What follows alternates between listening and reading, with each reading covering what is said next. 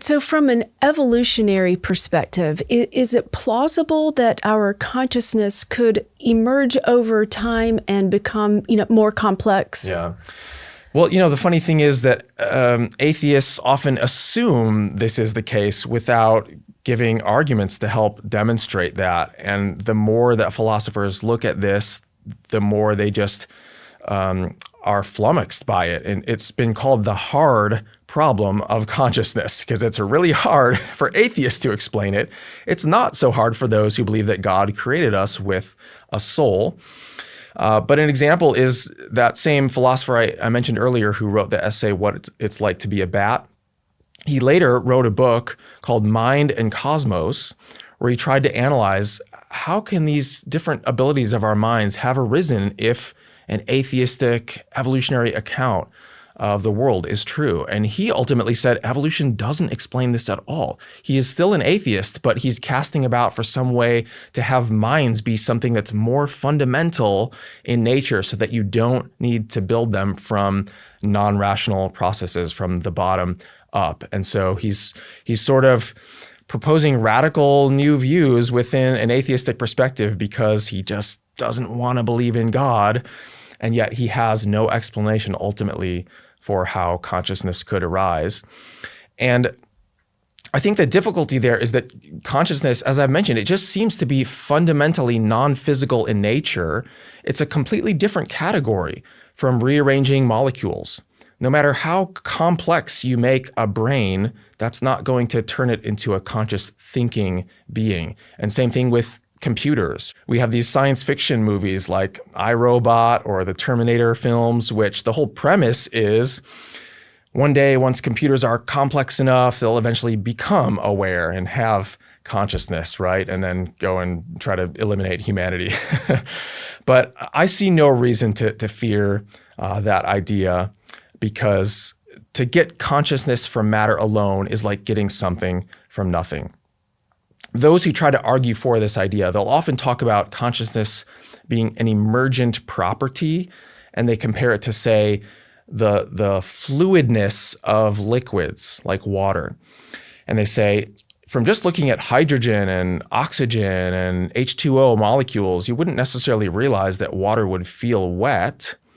But actually, in principle, that isn't so hard to understand. You can sort of tell that the way molecules slip past one another, that's what makes water feel wet. And so it does arise from a certain arrangement of the molecules.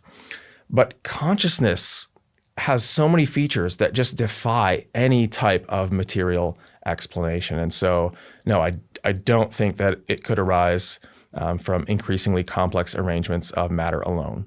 You were talking about how consciousness is more than just being physical. Is there evidence that people have souls? Oh, yes. Well, I would say it's not only our thinking that's not physical, but our conscious experience also has to be grounded in what philosophers call an immaterial substance. And by that, they mean a soul. And there are further arguments that would support the existence of the soul. Again, if you're a Bible-believing Christian, then Jesus is the authority, the Bible is the authority, and they tell us that humans have souls. But people actually from cultures around the world throughout history, that's been the default view, that people have tended to believe that we are bodies and souls. It's only in recent years where naturalistic worldview has become more dominant in the Western world that people are now skeptical of this idea. But the reason people have believed that is because it's kind of a natural conclusion from our awareness that we are not reducible to our bodies. You know, we have a will, for example, and we can differentiate between things that we will to do, like say raise my arm intentionally, versus if there were a scientist with maybe an electrical probe who stimulates my arm and forces it to rise, I recognize that that wasn't me. That was the scientist who did that. But why should we differentiate between those two things if all we are is our physical bodies? According to a naturalistic outlook, even when I will to raise my arm, that's really just the right atoms happening in my brain that causes nerve impulses and muscles contracting and so forth.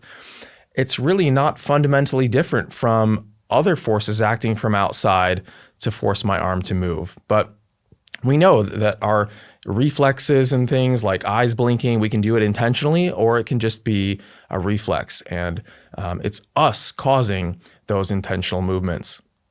One other argument would be the very fact that I remain myself over time as parts of my body get replaced. I understand scientists tell us something like every 7 years, all the atoms in our bodies get replaced by new ones. So as physical objects change over time, especially if they're replaced entirely, they would technically not be the same object that they were before. So how do I still remain me over the years? And think about when I was 5 years old, my body looked radically different than it does now, right? Why am I still me today? The best explanation seems to be that I'm not merely my physical body, but there's an immaterial part of me that grounds my identity over time.